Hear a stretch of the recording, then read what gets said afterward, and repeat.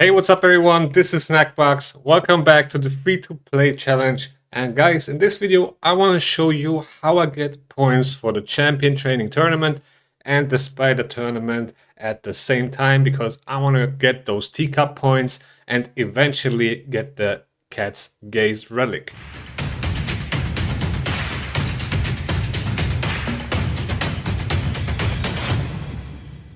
Before we start, make sure to like and subscribe. And now let's get back to the video. So we have the spider tournament at the moment where only demon spawn, undead hordes, dark elves and knights revenant are allowed in order to get points for this tournament.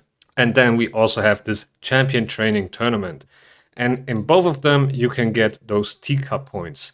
Now for the spider tournament, for us on the lower level accounts, the teacup points sit at 950 points, which is not really a lot. Then we have 100 teacup points in the champ training tournament, 30 at 1900 and 70 at 4800. Pretty achievable if you ask me. Now, I was actually waiting for the champ train tournament to start because I wanted to get points for the spider tournament and the champ train tournament at the same time, and this is how I'm doing it. So basically I'm going to stage 10, I use my Sabitha and my Kale, and then I use free food champions. Now keep in mind that the food champions have to be from the same factions as well, Dark Elves, Demon Spawn, Undead Hordes or Knights Revenant, and then you will get points for the Spider Tournament and Champ Train Tournament.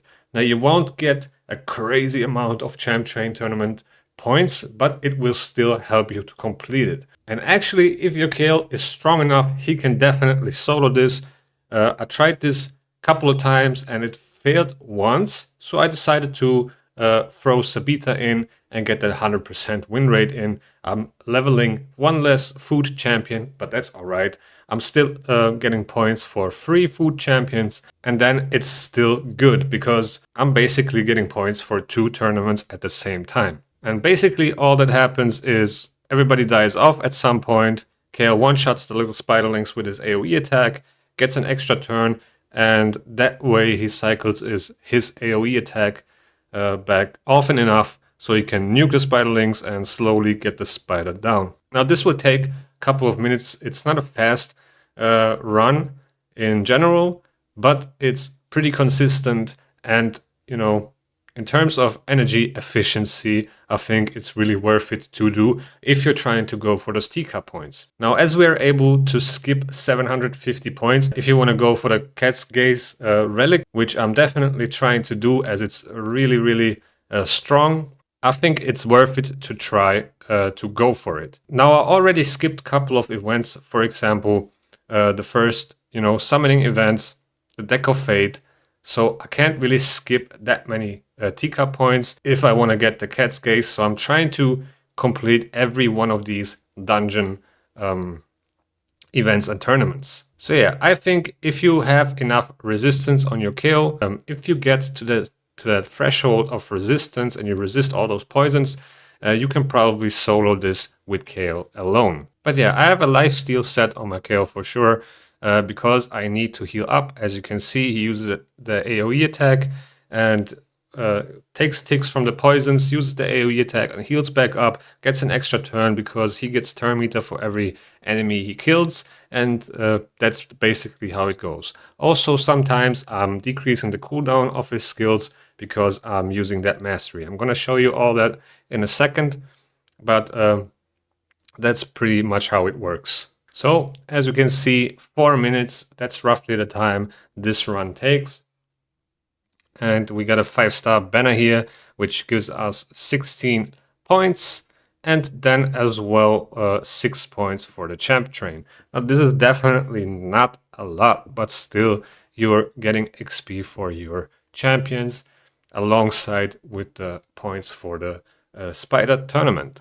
Now, let me show you the build of Kale. So I have him in a lifesteal set, a speed set, and I have one piece of a pinpoint set. The pinpoint ring here, it's a 4-star, nothing crazy. His stats, he's sitting at 30,000 HP, 2.7k attack, 2.3k defense, 190 speed, 84% crit rate, and 133 accuracy. Now, if you want to resist those spiderlings, you need around 180 resistance, which is not easy to do for me, especially when I'm trying to keep the speed and the crit rate and stuff like that. But if you're trying to solo this with Kale alone, you should definitely go for these 180 resistance, because then there's absolutely no threat from the poisons. I'm using this Unholy Grail relic still on him, still the same relic from the start. This is basically the one you get from when you unlock the relics. He's completely booked for sure, and then his masteries, he has War Master, Master Hexer, Cycle of Magic, Life Drinker, and all that good stuff. Now, my Sabita is level 50, 5-star, very bad gear, not even rolled up. But she's sitting at 187 speed, not even 30k HP, 1.5k defense.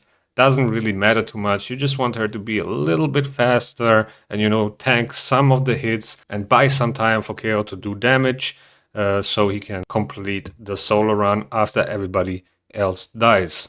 Also, her aura pretty much helps Kale to stay alive and to get the victory. So as you can see, I had to do this dungeon mission anyway, where I had to get 5 or 6-star banner from stage 10 or higher from the Spider's Den, and we just did that, so pretty nice. And now we can get also some extra energy here, another epic book, and then we need to do damage to the Demon Lord, which is pretty easy, 7.5 million on the normal difficulty. I did that a couple of 1 or 2 weeks ago already. And then I'm pretty much done with this section of the Arbiter missions.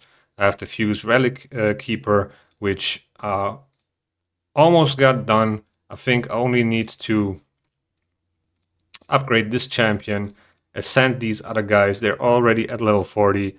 I just need to get this champion to level 40 and ascend it, and that's pretty much all it takes. And now that I'm thinking about it, I might upgrade this champion and throw it in on the Spider team, because it's actually an Undead Hordes champion. Sorceress. So perfect. But yeah, that's pretty much it for this video, guys. I hope you learned something. I hope you enjoyed. I hope this helps you to complete both of these tournaments, and maybe it makes it easier for you. And with that being said, thank you guys for watching. I hope you enjoyed, and see you in the next one.